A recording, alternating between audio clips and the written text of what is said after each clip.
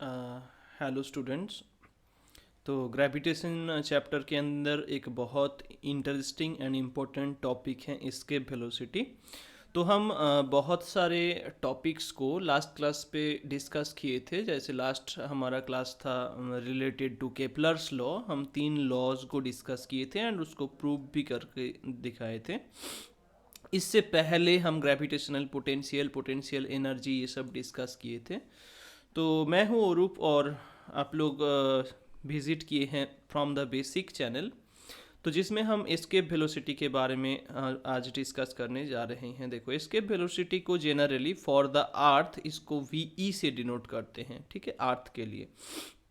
ये होता क्या है, जैसे कि कोई भी एक ऑब्जेक्ट मान लो अर्थ पे है ना, तो अर्थ वो उस ऑब्जेक्ट को खींच रहे हैं अपने की ओर। तो अगर उस वो जो खींच रहे हैं वो कितना दूर तक खींचेंगे, हम लोगों को पता है कि फोर्स जो होता है वो प्रोपोर्शनल टू 1/r² होता है ना। ग्रेविटेशनल फोर्स जो होता है प्रोपोर्शनल टू 1/r²। तो आर जहाँ पे इनफाइनाइट होगा वहाँ पे फोर्स क्या हो जाएगा, ज़ीरो।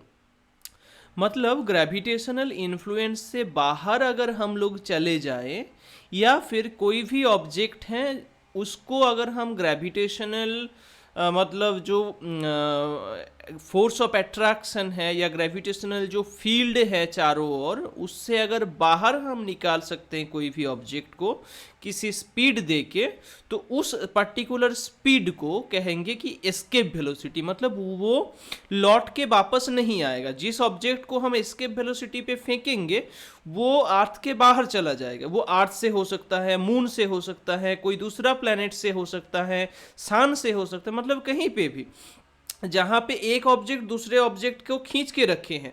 अभी उस दूसरे ऑब्जेक्ट को मान लो जैसे हमारा अर्थ है, अर्थ से एक स्टोन है, एक पत्थर है, पत्थर को अगर बहुत तेजी से हम फेंकते हैं तो क्या होता है, जेनरली नीचे लौट के आ जाता है। लेकिन सफिशिएंट अगर वेलोसिटी हम दे देंगे तो क्या होगा, वो बाहर चला जाएगा, मतलब अर्थ पे कभी लौट के नहीं आएगा। तो वो पर्टिकुलर वेलोसिटी जो दे के उस ऑब्जेक्ट को फेंका गया था, that particular velocity is known as escape velocity. तो एस्केप वेलोसिटी है क्या, the velocity that minimum velocity, मतलब उससे ज़्यादा दे सकते हैं। मान लो कि 5 मीटर पर सेकेंड पे छोड़ने से ही वो भाग जाएगा, मतलब अर्थ के बाहर। हम जस्ट एजम्पशन बोल रहे हैं कि मान लो कि 5 मीटर पर सेकेंड स्पीड अगर देंगे तो वो भाग जाएगा, वापस नहीं आएगा। तो 6 मीटर पर सेकेंड देंगे तो और भाग जाएगा, है ना, वो तो लौट के और नहीं आएगा वापस। 4 मीटर पर सेकेंड देंगे तो लौट के वापस आ जाएगा। तो जो एस्केप वेलोसिटी है इज द मिनिमम वेलोसिटी, इस वर्ड को लिखना होगा, ठीक है। The minimum velocity with which if we throw a particle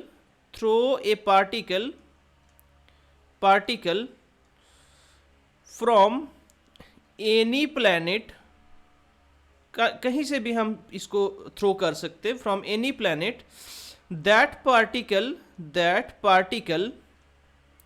will escape from that planet and never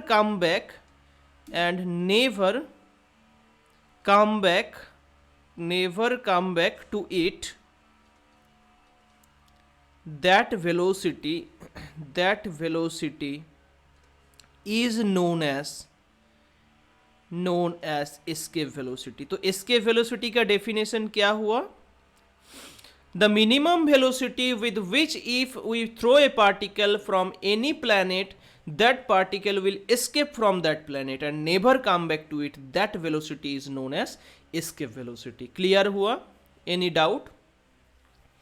देखो, अगर क्लियर है स्क्रीनशॉट ले सकते हो डेफिनेशन का, या खुद भी बना सकते हो, कोई ऐसा मतलब रॉकेट साइंस नहीं है इसमें, ठीक है। एस्केप वेलोसिटी वो मिनिमम वेलोसिटी है जिस पे एक ऑब्जेक्ट को फेंकेंगे तो वो कभी वापस नहीं आएगा, भाग जाएगा, ठीक है। तो मान लेते हैं ये हमारा अर्थ है, हम तो अर्थ सरफेस के अंदर से फेंकेंगे नहीं, सरफेस से फेंकेंगे, है ना। तो कोई ऑब्जेक्ट को सरफेस से हम कुछ वेलोसिटी देके फेंक रहे हैं। कुछ वेलोसिटी मतलब कितना वेलोसिटी, मान लेते हैं वी, अर्थ के लिए देख रहे हैं, या एस्केप वेलोसिटी के लिए सफिक्स ई यूज कर रहे हैं। तो वो वापस नहीं आएगा, राइट। अगर मान लो वो ऐसा एक पॉइंट पे पहुंच गया है, कहाँ पे पहुंचना होगा, ऑब्वियसली इनफाइनाइट दूरी पे पहुंचना होगा। जिस पॉइंट पे उसका टोटल एनर्जी हम कैलकुलेट करेंगे कि उस पे कितना एनर्जी है, राइट, उसमें कितना एनर्जी है हम वो देखेंगे। तो वो एनर्जी क्या होगा, sum of potential and kinetic energy obviously. और जिस पॉइंट से हम इसको छोड़ रहे हैं, थ्रो कर रहे हैं, उस पॉइंट पे भी हम टोटल एनर्जी देखेंगे, पोटेंशियल प्लस काइनेटिक एनर्जी। तो इनफाइनाइट दूरी पे जब जा रहे हैं वो वापस नहीं आएगा, मतलब इनफाइनाइट पे पहुंच गया होगा। तो मतलब potential plus kinetic at infinite is equals to potential plus kinetic जहां से उसको थ्रो किया जा रहा है, क्योंकि बीच पे हम मान रहे कोई लॉस नहीं हो रहा है। क्लियर। तो अगर एट द सरफेस हम देखें, कहां पे, at the surface, surface point पे कितना रेडियस है, इसका रेडियस r है, इसका मास m है, अर्थ हम ले रहे हैं तो मास को m और रेडियस को कैपिटल R मान रहे हैं। At the surface kinetic energy हम कितना दिए हैं, देखो ऑब्जेक्ट का मास अगर स्मॉल m है, ऑब्जेक्ट का मास अगर स्मॉल m है, हम v स्पीड दिए हैं, तो काइनेटिक एनर्जी कितना होगा, हाफ mv²। पोटेंशियल एनर्जी उस पॉइंट पे कितना होगा, देखो पोटेंशियल एनर्जी का फॉर्मूला हम लास्ट क्लास पे पढ़े थे, माइनस साइन होता है उसमें, g मास का मल्टीप्लीकेशन डिवाइडेड बाय कितना दूरी पे वो ऑब्जेक्ट है उससे डिवीजन, मतलब r दूरी पे है। क्लियर। तो सम ऑफ पोटेंशियल एंड काइनेटिक हो जाएगा total energy, that is half mv² minus gm/r। ये एनर्जी है कहाँ पे, at the surface. Okay, at the surface किसका, उस ऑब्जेक्ट का जिसको हम थ्रो करने जा रहे हैं। अभी इनफाइनाइट दूरी पे देखो, इस फॉर्मूला, नॉर्मली फॉर्मूला क्या है, पोटेंशियल एनर्जी का फॉर्मूला क्या है, माइनस gmm/r है ना, स्मॉल r जहाँ पे डिस्टेंस है, दूरी है। तो अगर इनफाइनाइट पे पहुंच जाएंगे तो एट इन्फिनिटी क्या होगा, इन्फिनिटी पॉइंट पे r तो इनफाइनाइट है, r अगर इनफाइनाइट होगा मतलब समथिंग बाय इनफाइनाइट जीरो हो जाएगा, तो potential energy zero. Kinetic energy कितना होगा, देखो काइनेटिक एनर्जी भी हो सकता है, काइनेटिक एनर्जी कुछ हो सकता है, लेकिन हम लोगों को कुछ हो सकता है वो जरूरी नहीं है, क्योंकि हम देख रहे हैं मिनिमम वेलोसिटी, जिस मिनिमम वेलोसिटी से हम छोड़ रहे हैं उसको। तो हम लोगों को इनफाइनाइट पॉइंट पे जाके उस ऑब्जेक्ट का वेलोसिटी है या नहीं है उससे मतलब नहीं है, ठीक है। उसमें हो सकता है, नहीं भी हो सकता है। अगर नहीं रहा वेलोसिटी, इनफाइनाइट पे जाके मान लो जीरो हुआ, फिर भी तो वो वापस नहीं आएगा, मतलब एस्केप वेलोसिटी से ही हम थ्रो किए थे। और अगर उस इनफाइनाइट पे जाके कुछ वेलोसिटी रहा तब भी वो वापस नहीं आएगा। तो क्योंकि हम मिनिमम वेलोसिटी का ट्रीट कर रहे हैं, मान लो देखो इसका एग्जांपल इस टाइप पे हम ले सकते हैं कि एक फ्रॉग है, ठीक है, एक फ्रॉग है, जो फ्रॉग बहुत ऊंचाई तक जाम कर सकते हैं, बहुत ऊंचाई तक जाम कर सकते हैं। मान लो ये दीवार जो है ये 1 फीट का है, कितना का, 1 फुट का है, ठीक है, 1 फुट का है, और ये जाम कर सकते हैं 3 फीट तक, 3 फीट तक ये जाम कर सकते हैं। तो हम लोगों को चाहिए बस 1 फीट, 1 फुट है ना, 1 फुट ही चाहिए, तो 3 फीट ये क्यों जाम करे, 1 फुट ही जहाँ पे काफ़ी है, राइट। तो जितना हम लोगों को जरूरी होगा उतना ही हम लेंगे, क्योंकि हम मिनिमम ढूंढ रहे हैं, है ना। 3 फीट जाम करने के लिए इसको वेलोसिटी भी तो ज़्यादा देना पड़ेगा, और जहाँ पे 1 फुट का बात है, 1 फुट के लिए क्या, इसको कम वेलोसिटी से जाम करना पड़ेगा, और वो हमारा वो कम वेलोसिटी ही चाहिए, मिनिमम वेलोसिटी ही हम लोगों को रिक्वायरमेंट है। क्लियर। तो ऊपर जाके सोच रहे हैं कि उसका वेलोसिटी, मतलब इनफाइनाइट दूरी जाके उसका वेलोसिटी जीरो हो गया। अगर वेलोसिटी जीरो होगा मतलब काइनेटिक एनर्जी भी क्या हो जाएगा, जीरो हो जाएगा, और टोटल एनर्जी भी क्या होगा, sum of kinetic and potential, मतलब जीरो होगा कहाँ पे, एट इनफाइनाइट। तो इनफाइनाइट दूरी जाके उसका पूरा जीरो हो गया, एनर्जी ही नहीं है उसमें, बट एनर्जी तो कॉन्जर्व होना चाहिए, तो ऑब्वियसली ये वैल्यू भी जीरो है, ये वैल्यू ही भी जीरो है, तो that means half mv² minus gmm/r अगर जीरो हुआ तो इसको हम राइट साइड पे भेज सकते हैं। इसको राइट साइड पे भेजेंगे तो हमारे इक्वेशन पे बदलाव कुछ इस तरीके से आएगा, यहाँ पे एम कैंसिल आउट हो जाएगा, वी ई स्क्वायर आ जाएगा 2gm/r, ठीक है। तो वी ई कितना मिलेगा, V E is equals to √2gm/r। या ये क्या है, ये हमारा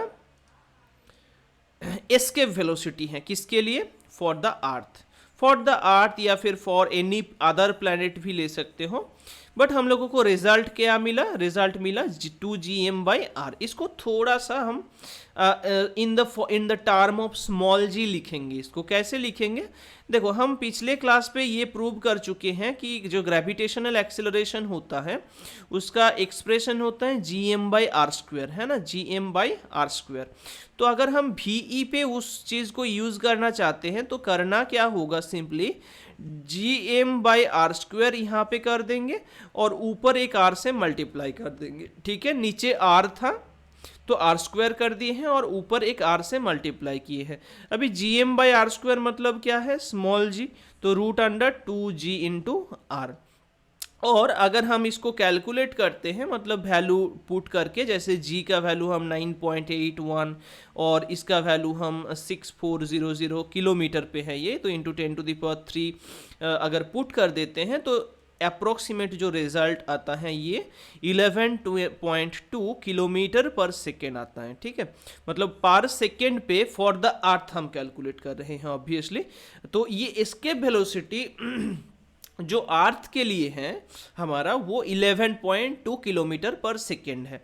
अभी देखो मतलब ये डिपेंड करते हैं जी के ऊपर, आर के ऊपर। अगर हम उस जगह पे मान लो सैटर्न मान लिए, सैटर्न का, ठीक है, तो सैटर्न का क्या होगा, सैटर्न के लिए सिंपली उसका रेडियस भी अर्थ से बहुत ज़्यादा है, उसका अगर मतलब अगर रेडियस ज़्यादा है, मास भी ज़्यादा है, तो ग्रेविटेशनल पुल भी ज़्यादा होगा, है ना। तो स्मॉल जी का वैल्यू भी ज़्यादा हो जाएगा, उसका एम भी ज़्यादा होगा, तो मतलब भी बढ़ जाएगा। जैसे सन के लिए और भी ज़्यादा होगा। तो मतलब जो एस्केप वेलोसिटी है वो प्लैनेट टू प्लैनेट वैरी करता है, ठीक है। तो वी ई हम लोगों के पास क्या आ गया, V E is equals to √2g/r आ गया, ठीक है। वी क्या मिला, √2g/r, जिसका वैल्यू फॉर द अर्थ क्या है, 11.2 किलोमीटर पर सेकेंड, ठीक है। बस इसके इसके वेलोसिटी बस इतना ही है। और फिर भी अगर कुछ डाउट रहा तो ऑब्वियसली कमेंट कर सकते हो, I will answer all those comments as soon as possible. And और एक चीज़ क्या है कि अगर मतलब थोड़ा और डिटेल्स पे वीडियो चाहिए या कुछ मतलब कॉम्प्लिकेशन अराइज कर रहे हैं during my class, during my video, तो ऑब्वियसली वो भी कमेंट कर सकते हो। ओके, ठीक है, थैंक यू।